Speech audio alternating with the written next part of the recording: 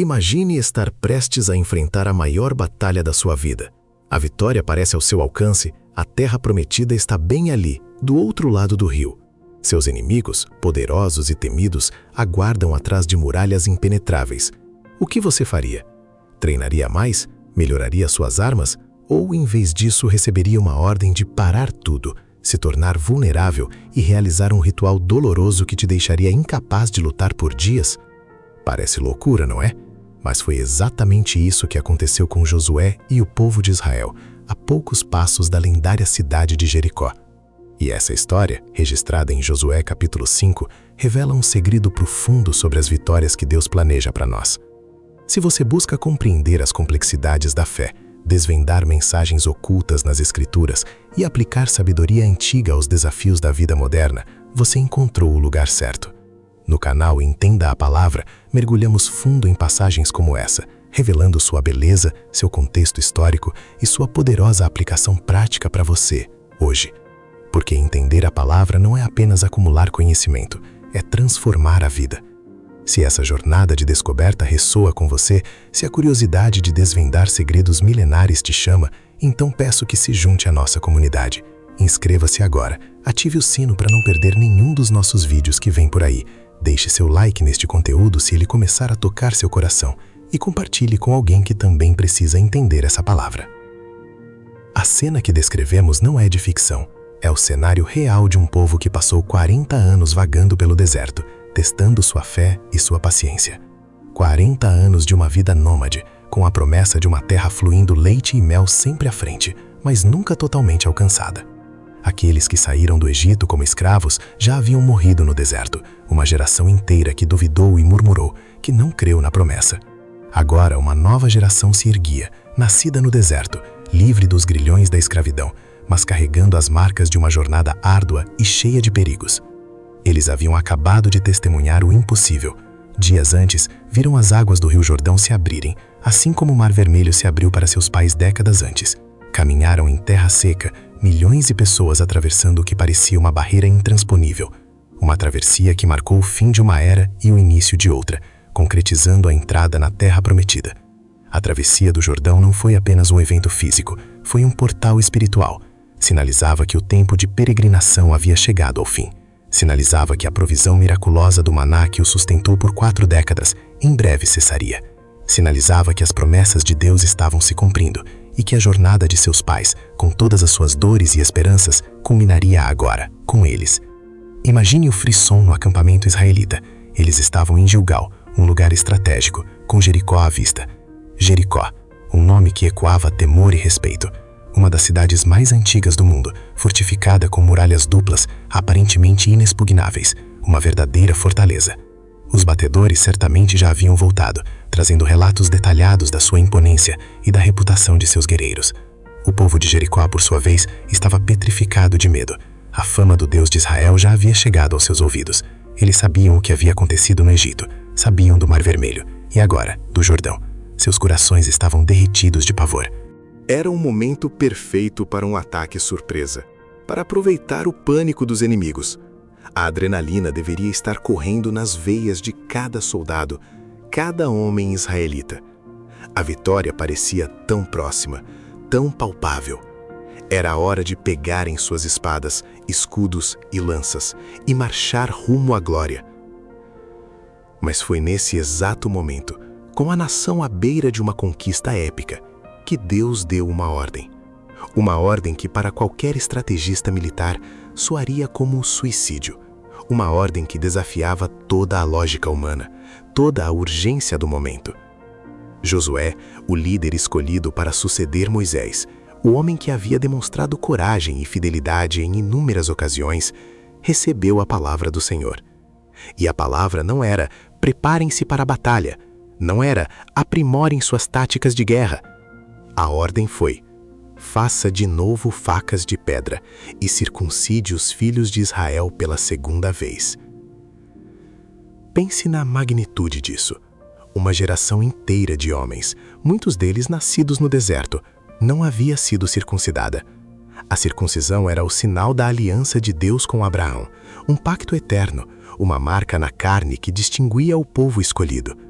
Mas durante a peregrinação de 40 anos, em meio à desobediência e ao constante questionamento da velha geração, esse ritual foi negligenciado. E agora, às portas da Terra Prometida, com o inimigo tremendo de medo à sua frente, Deus exigia que Josué fizesse com que todos os homens da nova geração passassem por um ritual que os deixaria vulneráveis, doloridos e imóveis por dias. Que tipo de estratégia é essa? Quem, em sã consciência, pararia um exército inteiro às vésperas de uma invasão crucial para realizar um rito de purificação física que os deixaria indefesos? Seria como pedir a um time de futebol que, momentos antes de uma final decisiva, passasse por uma cirurgia complexa que os tiraria de campo por semanas. A lógica militar gritaria contra. O senso comum diria: isso é insano, eles serão massacrados. Mas Deus não opera pela lógica humana. Ele opera por princípios que transcendem nossa compreensão. E essa ordem aparentemente paradoxal era, na verdade, a chave para a verdadeira vitória que Israel precisava. Não era apenas sobre Jericó, mas sobre o que significava ser o povo de Deus, o povo da aliança.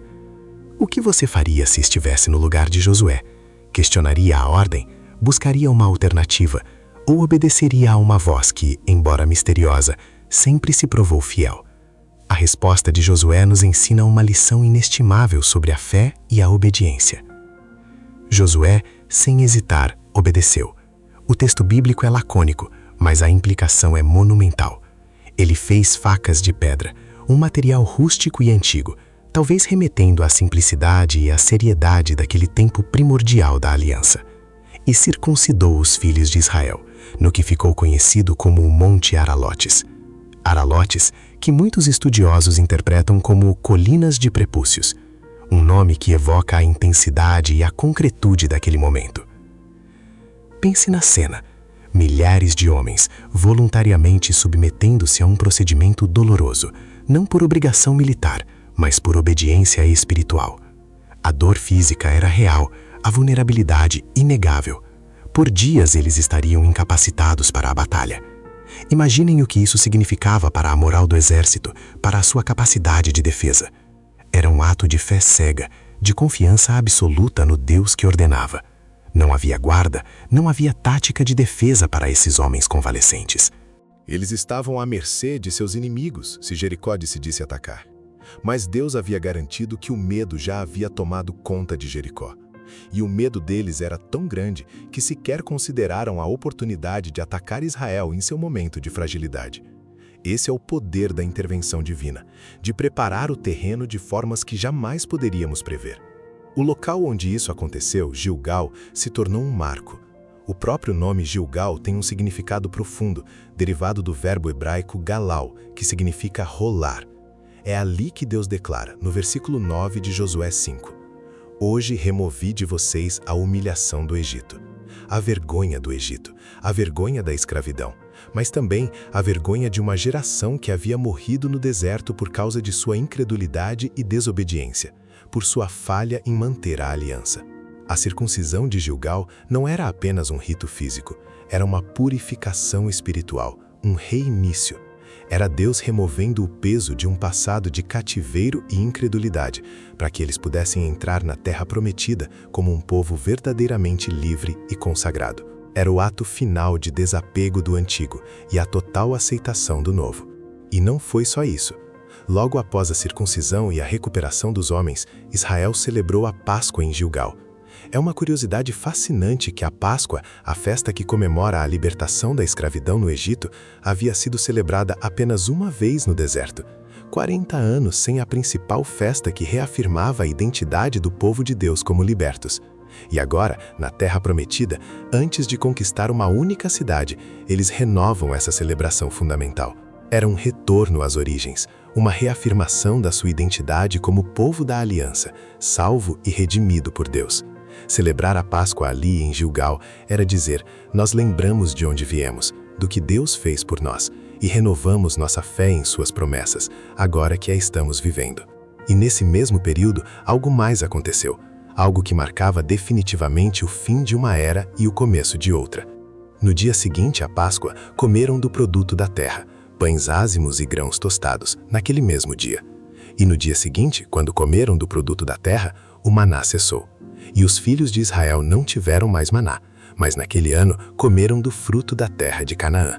O maná, o pão do céu que Deus providenciou milagrosamente por 40 anos no deserto, deixou de cair. A provisão sobrenatural constante que os impedia de morrer de fome em um ambiente hostil não era mais necessária. Agora, eles estavam em uma terra fértil, uma terra que produziria alimento com seu próprio trabalho. O maná foi um símbolo da dependência total de Deus no deserto.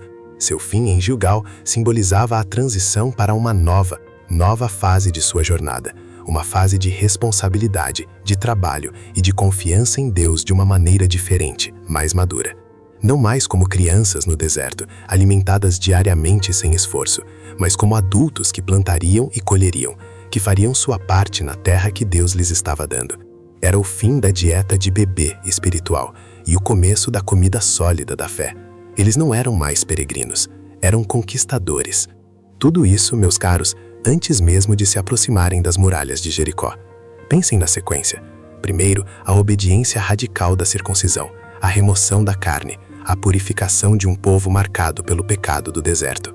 Depois, a celebração da Páscoa, a reafirmação de quem eles eram, um povo libertado pela mão poderosa de Deus com um propósito claro. E por fim, o cessar do maná, o rompimento com a dependência infantil, a aceitação de uma nova realidade, onde a provisão de Deus viria através de seu próprio esforço e da fertilidade da terra prometida. Não se tratava apenas de rituais e mudanças logísticas, era uma profunda transformação na identidade e na mentalidade. De nômades com uma mentalidade de escravos, sobreviventes do deserto, eles precisavam se tornar um exército consagrado, um povo com um destino divino, pronto para tomar posse daquilo que lhes pertencia por direito divino. Eles precisavam ser limpos por dentro e por fora, lembrados de seu passado, mas focados em seu futuro, e prontos para uma nova forma de viver e confiar. Deus não os enviou à batalha na Terra Prometida como os mesmos homens que saíram do Egito ou que vagaram pelo deserto. Ele exigiu uma preparação interna, uma limpeza espiritual profunda, antes de dar qualquer instrução sobre a guerra física. Porque a verdadeira batalha, muitas vezes, não é travada contra exércitos de carne e osso, mas contra fortalezas mentais, contra a incredulidade, a desobediência e a velha identidade que nos impede de avançar. Era uma purificação para a guerra, uma santificação para a conquista. Era como se Deus estivesse dizendo: vocês não podem lutar minhas batalhas com as marcas do cativeiro e da desconfiança. Vocês precisam ser renovados, lembrados de quem eu sou e de quem vocês são em mim. Somente então, com os corações limpos e as mentes alinhadas, vocês estarão prontos para tomar posse. Essas 3 ações em Gilgal, a circuncisão, a Páscoa e o cessar do maná, não eram meros eventos isolados, eram o prelúdio de algo monumental, eram a preparação para a revelação mais importante que Josué receberia antes de qualquer movimento estratégico. A transição não estava completa, havia mais um passo, um encontro que definiria todo o tom da conquista. Ato 2, a revelação, 15 a 70% do roteiro. 2. Josué encontra o comandante do exército do Senhor, 20 a 30 segundos. Texto sugerido. Após esses rituais de consagração, enquanto Josué provavelmente ponderava sobre a iminente e assustadora tarefa de conquistar Canaã, enquanto os homens ainda se recuperavam, enquanto a logística da provisão se reajustava, algo extraordinário aconteceu. Algo que tirou o fôlego de Josué e redefiniu completamente a natureza da guerra que estava por vir. Josué estava sozinho. Josué estava sozinho, talvez em um momento de introspecção profunda, contemplando a imensidão da tarefa à frente. A cidade de Jericó, um colosso impenetrável, pairava no horizonte como um monstro de pedra. O peso do comando, a expectativa de milhões de vidas, o legado de Moisés, tudo isso devia esmagar seus ombros. Foi nesse cenário de isolamento e talvez de vulnerabilidade que ele levantou os olhos e viu. Não era um espião cananeu, nem um dos seus homens. Era um homem, de pé diante dele com uma espada desembainhada na mão.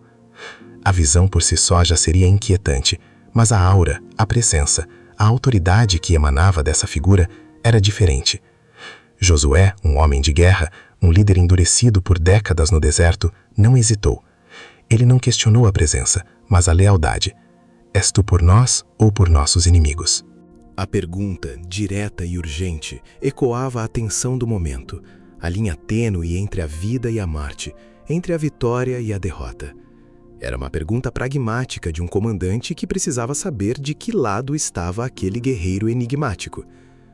Mas a resposta que veio não foi a de um aliado terreno, nem a de um inimigo. Foi algo muito maior, algo que o fez cair prostrado com o rosto em terra. Nem um, nem outro, mas venho agora como comandante do exército do Senhor. Pense no impacto dessas palavras. Não, eu sou um anjo, nem eu sou um enviado, mas comandante do exército do Senhor. A implicação é monumental. Não se tratava de um mensageiro, mas do general divino, o verdadeiro estrategista, aquele que liderava as hostes celestiais, as legiões invisíveis que guerreiam nos céus e na terra. Era o próprio Deus, em uma manifestação teofânica, vindo não apenas para dar uma ordem, mas para tomar o comando. Era a prova irrefutável de que a batalha que se aproximava não seria travada por Josué e seus homens, mas por aquele que tudo criou e tudo sustenta. E a próxima instrução selou essa revelação, mergulhando Josué em um terreno sagrado. Tira as sandálias dos teus pés, porque o lugar em que estás é santo. A mesma exigência feita a Moisés na sarça ardente, a mesma santidade, a mesma presença esmagadora. Este não era um anjo qualquer, era o anjo do Senhor, a pré-encarnação de Cristo, vindo para manifestar sua soberania e reafirmar sua liderança. O que isso significava para Josué? Tudo. Significava que o peso da conquista não estava mais exclusivamente sobre ele. Sim, ele era o líder visível, o general em campo, mas o verdadeiro comandante havia chegado. Significava que as estratégias humanas, a força bruta, a inteligência militar, por mais importantes que fossem, seriam secundárias à intervenção divina. A guerra não era deles, mas de Deus. Esse encontro foi um divisor de águas. Josué havia se preparado, o povo havia se purificado, as identidades haviam sido reafirmadas, mas faltava essa peça central, a compreensão de quem realmente estava no comando.